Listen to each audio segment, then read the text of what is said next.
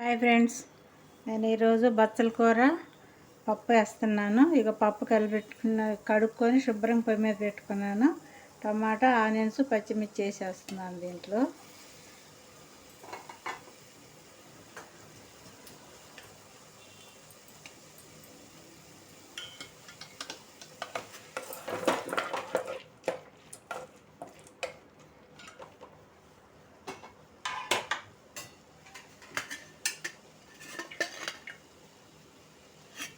కొంచెం ఆయిల్ వేస్తున్నాను.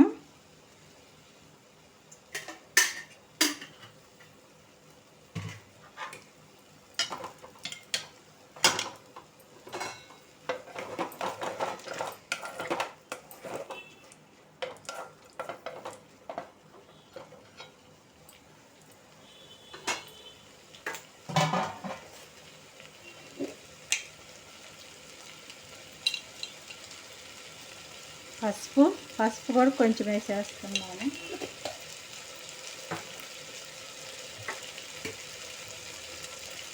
అవి కొంచెం నూనెలో వేగుతున్నాయి కదా, వాటర్ వేసేస్తున్నాను.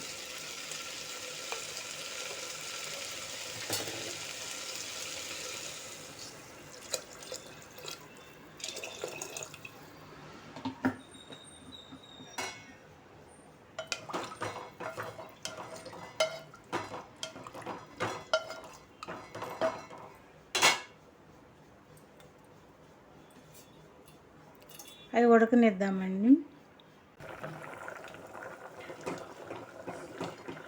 మనకు పప్పు ఉడికిందండి. ఇప్పుడు మనము బచ్చల కూర వేసేసుకుందాము. అదే కుక్కర్ అయితే అన్నీ ఒక్కసారి వేసేసుకోవచ్చు. ఇది గిన్నెలో పెట్టాను కాబట్టి నేను పప్పు కొంచెం ఉడికిన తర్వాత వేస్తున్నాను.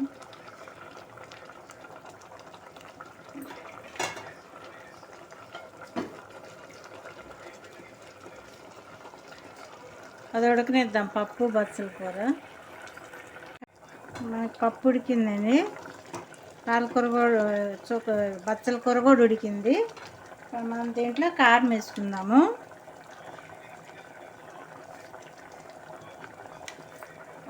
కారం, చింతపండు వేస్తున్నాను. కొంచెం వాటర్ కలుపుకొని చింతపండు వేసేస్తున్నాను.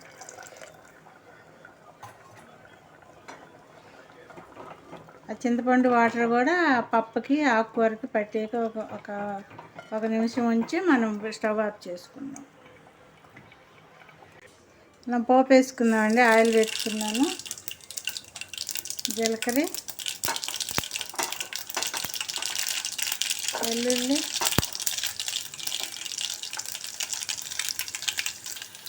ఎండుమిరపకాయలు వేసుకున్నాను.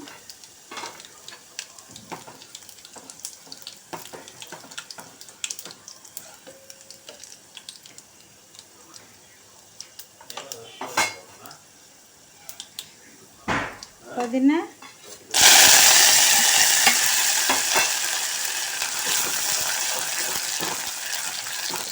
కరివేపాకు, కొత్తిమీర వేస్తానండి.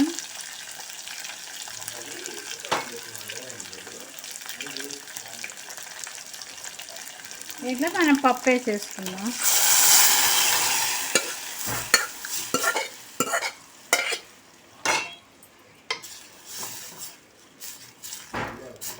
రెండు నిమిషాలు నూనెలో మరగనిద్దామండి పప్పు.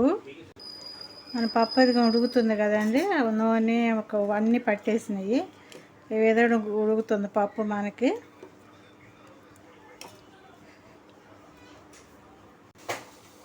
పప్పు అది కండి ఉడుకుతుంది మనకి. ఆ విధంగా తెరిలితే మనకు పప్పు రెడీ అయినట్టు.